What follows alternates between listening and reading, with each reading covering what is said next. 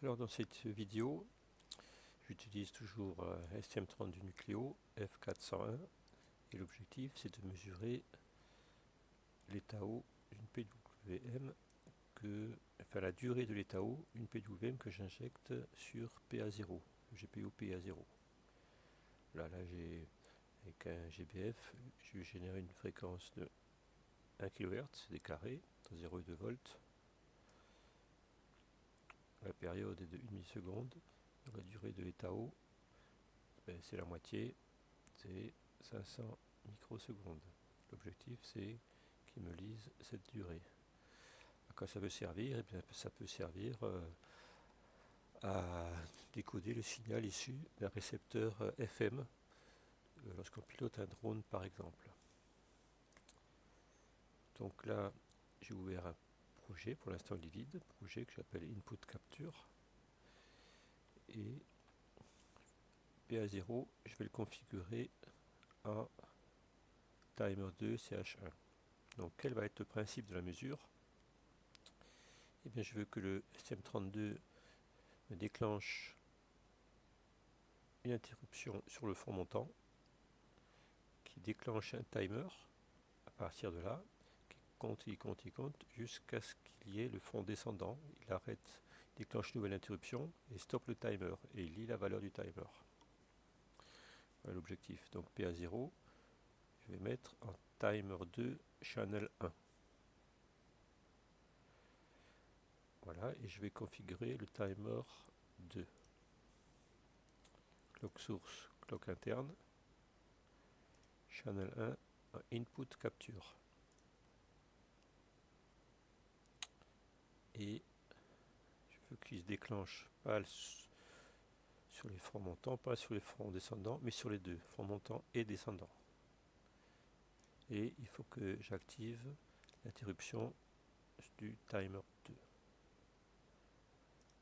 Voilà. Je change de perspective, je sauvegarde. Et dans un premier, donc les résultats, je vais les afficher avec des prints. Donc dans un premier temps, avant d'aller plus loin, je vais configurer mon UART pour qu'il m'affiche les résultats. Donc je vais reprendre ce que j'avais expliqué dans le tutoriel numéro 2. Donc dans include, je vais mettre include stdio pour avoir la bibliothèque des prints.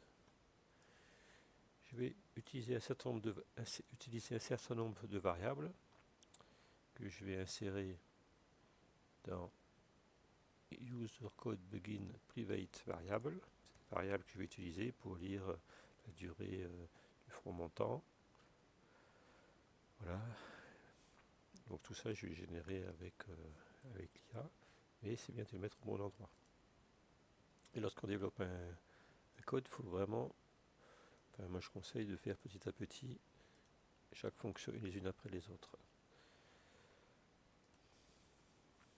Ici, comme j'avais expliqué dans le tutoriel 2, je redirige l'UART2 vers le port de sortie de la carte Nucleo. Et je vais afficher pour l'instant des résultats toutes les secondes. Enfin des résultats, des données toutes les secondes. Que je vais mettre dans la boucle infinie. Voilà. Donc toutes les secondes ici, je print la durée de l'état haut. Et le résultat du compteur, je divise par 84 parce que Pulse High US, il me donne le nombre de coups d'horloge du timer correspondant à la durée de l'état haut. Je divise par 84 parce que le timer tourne à 84 MHz, de sorte que le résultat ici sera donné en microsecondes. Donc ça, je vais l'exécuter et l'envoyer sur ma cible.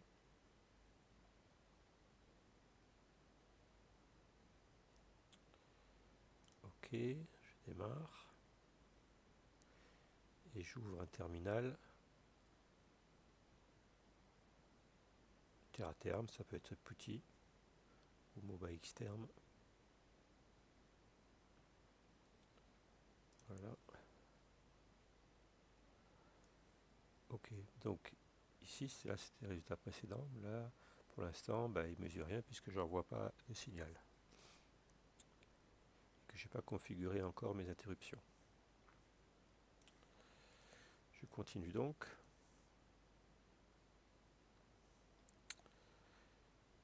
Je regarde toujours mon code ici. Donc là, ici, j'initialise mon timer et il faut que je le démarre. Timer start. Ensuite, l'IA m'a généré une fonction d'interruption que je vais copier-coller. Donc ici dans user begin code 4. Voilà, c'est une fonction callback qui est appelée à chaque interruption du timer, c'est-à-dire à chaque front montant et chaque front descendant. Et il me mesure la différence entre le front montant et le front descendant.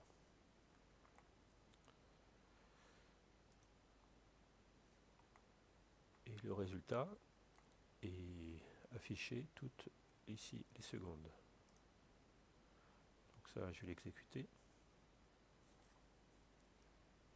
Le signal est donc injecté sur la pin sur GPIO PA0. Donc là, je n'ai pas d'erreur. Et donc ici, je lis 504, 505 microsecondes. Je regarde ici. Effectivement, 505 microsecondes. Maintenant, je peux doubler la fréquence. Si je double la fréquence, ici, j'aurai la moitié. C'est-à-dire 252 microsecondes. Je mesure bien 250 microsecondes. Je vais encore doubler. Monter à 4 kHz. 4 kHz.